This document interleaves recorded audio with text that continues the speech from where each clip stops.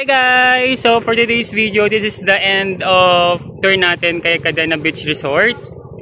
So, hi Daddy Ben! Ayan si Daddy Ben guys. So, yan.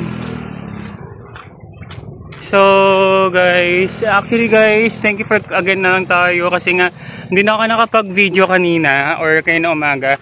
Kasi late na rin ako nakagising. Ayun, so this is the end ng ating tour or ating tawag dito ng ating gala for today's video. Ayan, ito yung Cadena Beach Resort. Si Kuya Arvin pala, oh. Pogi, oh. Ayan, so guys, i-miss ko na naman itong place na to, Pumalag Island. Ayan, so quick na lang natin to guys. So, siyempre nakapag-prepare na kami ng things, pack up na kami. Ito yung mga gamit namin.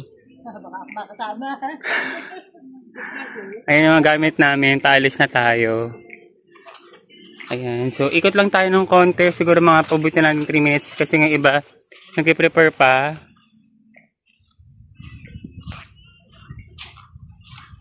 Ayan, silipin natin. Di pala ako nakapag-vlog dito, oh. Kasi nang kahapon malakas yung ulan. Maganda yung weather ngayon. Ayan. Tingnan yung weather guys, oh. Hindi siya mainit. Pero kasi kahapon sobrang ang lakas ng ulan. Buti na lang tumila ng konti mga bandang 11 AM. Ayan.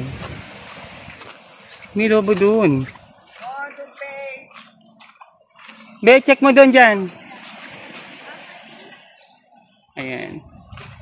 Juju! Ayan, mga aso dito guys. Hindi na ako nakapag-video dito kahapon, no? Ayan, si Asher ko nga pala sa inyo ating yung kubo or yung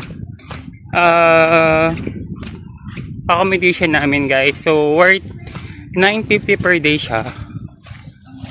Ayan. Talis na, hindi ako nakapag-video or naka-vlog. Ang tagal ko hindi nakapag-vlog. And medyo magulo na siya since wala na kami. Double check na rin natin guys. Ayan.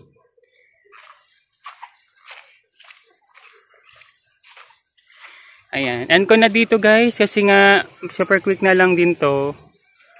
Ayan. Ito yung Cadena Beach Resort. Sana mapuntahan nyo ang Cadena Beach Resort guys. Maganda rin tong accommodations pag-stayan nyo dito sa Pumalag Island. And then, ilalagay ko yung link nila rito para mapuntahan nyo yung link nila. Ayan. So guys, end ko na guys. Bye-bye.